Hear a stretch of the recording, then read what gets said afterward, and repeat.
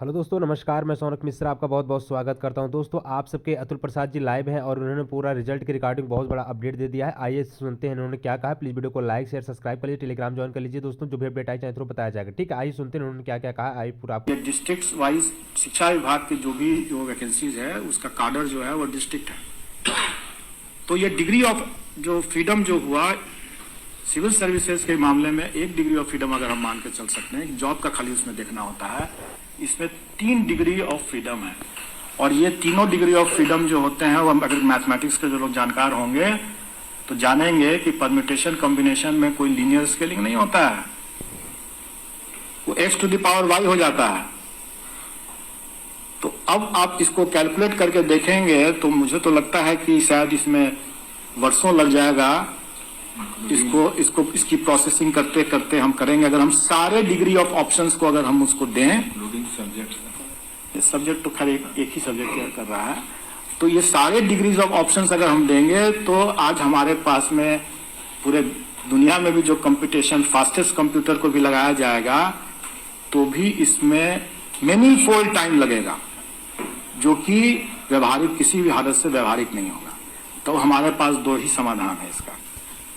या तो हम डिग्री ऑफ फ्रीडम कम करें, मतलब कि हम उनको ऑप्शंस न दें, डिपार्टमेंट का ऑप्शंस न दें, सीधा सीधी हम उसको सिर्फ लेवल का ऑप्शन दे करके हम निकाल दें, जब तो तब ये शायद कुछ संभव हो सकता है।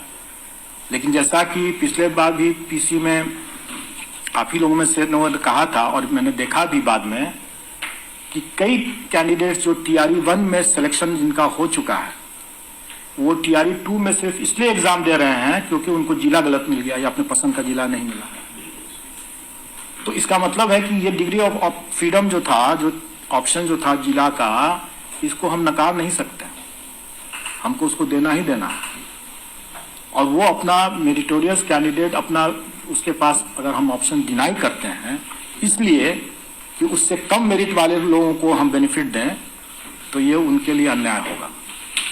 इसलिए इसका सबसे सरल तरीका वही तरीका है कि मल्टीपल रिजल्ट्स दें और मल्टीपल रिजल्ट्स देने के बाद वो अपना विवेक अपना इस्तेमाल करे, अपना इंडिविजुअल, और जब उसके बाद जब जो सीट बचता है वो सीट अपने संबंधित विभाग अपनी नीति के अनुरूप वो अगर आयोग को अगर देती है तो आयोग सप्लीमेंट्री रिजल्ट देगा, अगर आयोग को नहीं देती है तो नहीं सप्लीमेंट्री रिजल्ट दिया जाएगा।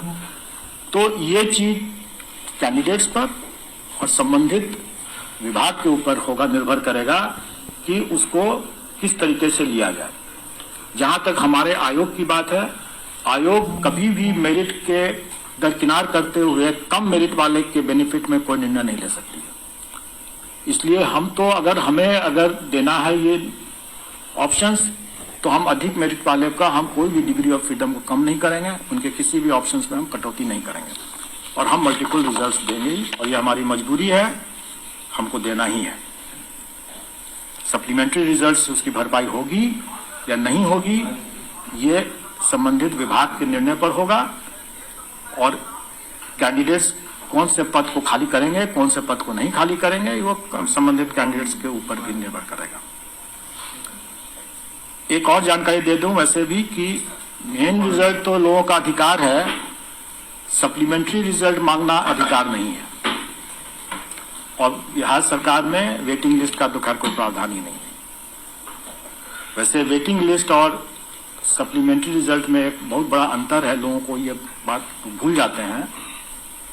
जब तक जॉब ऑफर नहीं दिया गया तब तक हमारे पास ही अधिकार है कि हम उसको परिवर्तित कर सकें, हम देख सकें कि डॉक्यूमेंट वेरिफिकेशन में जो छट गए हैं तो हम उसको हटा करके हम नया जॉब ऑफर नया लिस्ट बना सकते हैं, और वो सप्लीमेंट्री रिजल्ट हुआ।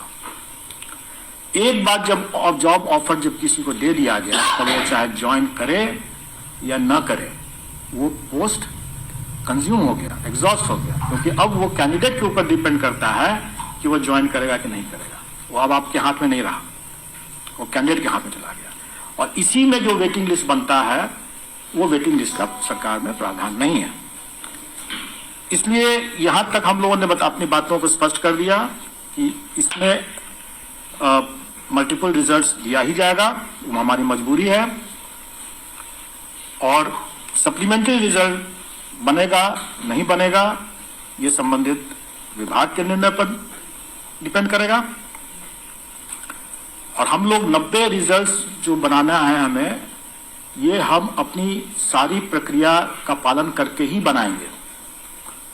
अभी हमारे कई ऐसे पेपर्स हैं जिसका कि फाइनल आंसर की नहीं आया है। आप जानते होंगे कि हमारा आयोग काफी ट्रांसपेरेंट है और इसने अपनी एसओपी बना रखा है आंसर की के बारे में कि हम फर्स्ट प्रोविजनल निकालते हैं, सेकंड प्रोविजनल निकालते हैं और दोनों स्तर पर हम ऑब्जेक्शन इनवाइट करने के बाद उसकी प्रोसेसिंग करते जाते हैं और उस प्रोसेसिंग के बाद जब फाइनल आंसर की तैयार हो जाता है उसके बाद ही हम रिजल्ट निकालते हैं। तो हम लोगों ने आज आप लोगों को इसलिए इनवाइट किया कि हमारे कई मामले के हमारे होमवर्क तैयार हो चुके हैं, क्योंकि उसके पहले का हमारा बाकी जो बायोमेट्रिक अटेंडेंस सिस्टम से देखते हैं, हम कैंडिडेट्स को आइडेंटिफाई करते हैं, वो वेलफेयर और एससी जो रिजल्ट जो निकलेगा, हेडमास्टर में 2 विभाग है और ईबीसी बीसी वेलफेयर और एससी एसटी वेलफेयर, इसका रिजल्ट निकल जाएगा। संगीत कला में भी 2 डिपार्टमेंट का है, बीसी ईबीसी का 6 to 8 का है और एससी एसटी वेलफेयर का 6 to 10 का है, इसका भी रिजल्ट निकल जाएगा। और फिर उसका क्लास 6 to 8 जो है वो उसमें मैथ्स एंड साइंस एक पेपर है एजुकेशन डिपार्टमेंट का, ये आज निकल जाना चाहिए। सोशल साइंस आज इतना आज निकलने की संभावना है और जैसा मैंने बताया कि बाकी भी टाइम टू टाइम आपको अब लगातार निकलना शुरू हो जाएगा और आप लोग एवरीडे कुछ न कुछ उसमें आपको रिजल्ट दिखते रहेगा और ये चलेगा प्रक्रिया, क्योंकि जैसे हमने कहा कि लास्ट एग्जाम 18 तारीख को ही कंप्लीट हुआ है, तो उनके जो पेपर्स हैं वो सबसे अंत में हो पाएंगे, क्योंकि उनका एसओपी भी जो हमारा आंसर की का सबसे अंत में कंप्लीट होगा एसओपी। तो इसलिए आप लोग को लगातार लेकिन मिलना शुरू हो जाएगा, इसलिए अनुरोध है कि अब कट।